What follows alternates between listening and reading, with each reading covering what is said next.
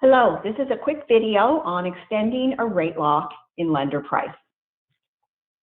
When you rate lock a loan, you are going to be picking the number of days that most closely matches the amount of time you expect to be able to close.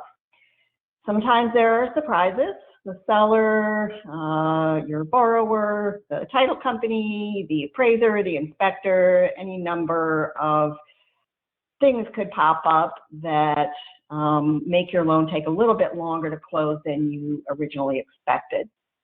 Our lock policy is displayed here on the screen. We can originally lock a loan for 15 days if the loan's approved in underwriting, 30, 45, 60, and so on, depending on your particular scenario. And you're going to make the best choice based on what you know about the loan when you're rate locking. Now, extended rate locks are a little bit different. They are very investor specific. For the most part, we're going to be talking today about loans that we rate lock through the lock desk that you have locked in lender price that are hedged, agency or government loans. You can also use this for jumbos and ARMs, but extended rate locks are a little bit different. They are investor specific, and we will want to check with the investor on their policy and if they allow extensions on those rate locks for builders where you're going out to half a year or more, over 90 days. So definitely monitor your pipeline of rate lock loans. You'll be getting emails from the lock desk on a daily basis. We send those out a couple of times a day, actually. And if you get one, that means you've got a loan where the expiration's coming up. We don't ever let locks expire. Our hedges generally cost us money, so we start incurring hedge expense the minute we rate lock a loan, and we do want to manage those. So there's an old process that we had in place when we were using the Ellie Mae F lock request form to extend a rate lock. But what we're going to be talking about today is the new process for loans that you rate lock in lender price. So once we transition over to lender price in your branches, only using lender price to rate lock loans. If you have an old loan that needs to be extended that was locked in Ellie Mae F, just reach out to the lock desk. A lot of that functionality is ultimately going to be turned off so that you won't be able to access X anymore once your branch transitions over to lender price. So here are the steps, and we'll send a copy of this presentation out to anyone who attends this webinar. We're also going to save these steps up on the training directory in the Ignite website.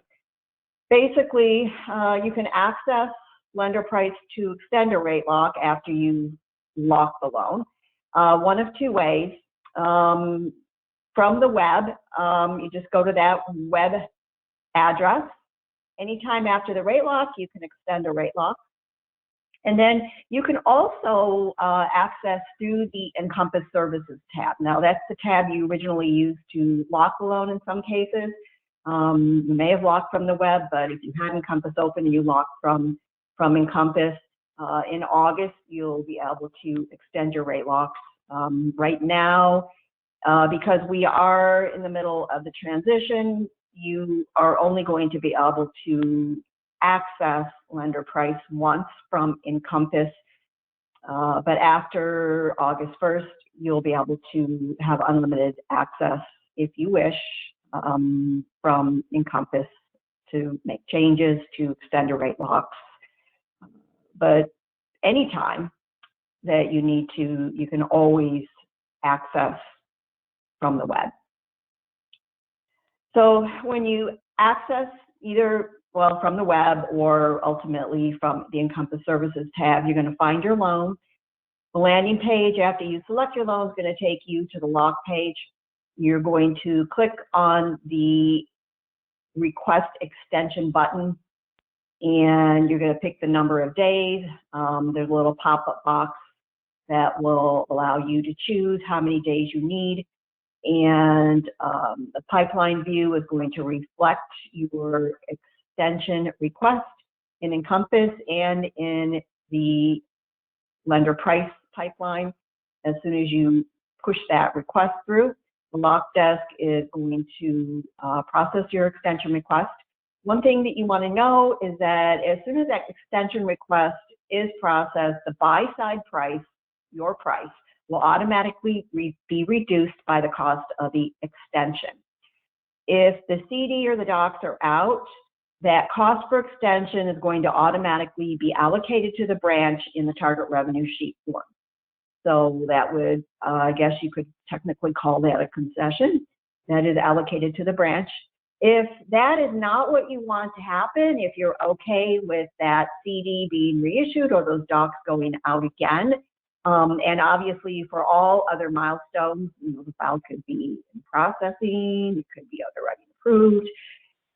You're going to email the lock desk with your Encompass loan number and indicate who will be paying for the extension. So lender price will default to charging the branch for the extension unless you tell the lock desk otherwise, the bottom line.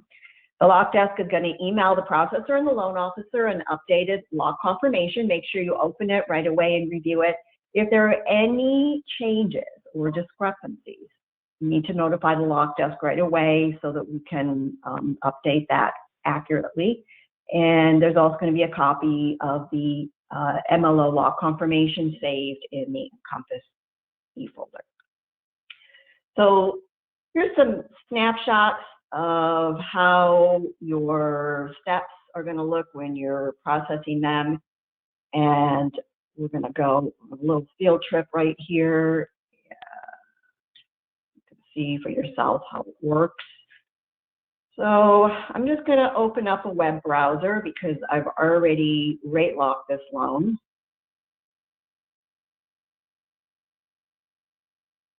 I'm going to bring up the ppe.ext website.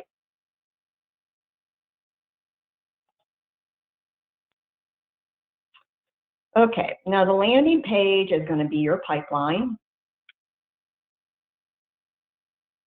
And these will be specific to you. All loans that, if you're the loan officer, all loans that have your NMLS number and your loan officer name in Encompass are going to show up in this pipeline. And it could be a very substantial pipeline. If you are a processor, you may have even more because you may be processing for multiple loan officers. And you should be able to search. You can either search here where I'm pointing with a loan number or with a borrower last name or first name. You could also filter by loans that are locked, loans that, well, obviously you're extending a locked loan, so you're going to be filtering on loans that are locked. So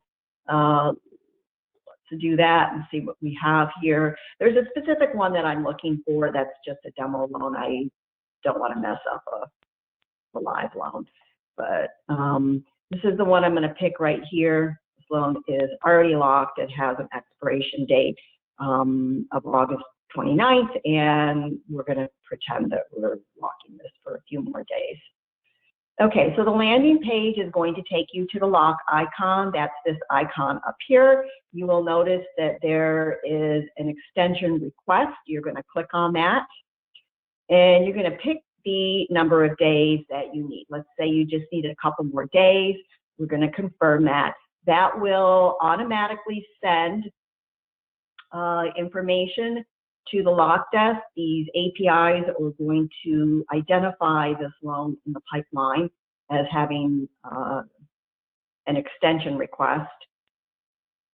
I think if we just refresh this again, sometimes it takes a couple of seconds. We can see that the lock status here is locked, but an extension request has been pushed through. And our lock desk is tuned into these changes in the Encompass pipeline. You'll see that little purple envelope for the extension request on the lock icon in your pipeline view. But you can also see here from the lender price pipeline that we've got an extension request. So the lock desk is going to process this. Generally within a few minutes, you're going to get a new lock confirmation. Just make sure that you're taking a look at that and that you are, looking at your buy price. If you want to get back into Encompass after you get the lock confirmation from the lock desk, that's fine. You can take a look at how those fees have been allocated. Just, make sure it's what you expected. We are trying to automate some things here with the new pricing engine. So the things I talked about, like, automatically allocating to the branch after a certain milestone is something that we're going to be standardizing, and definitely communication is the key.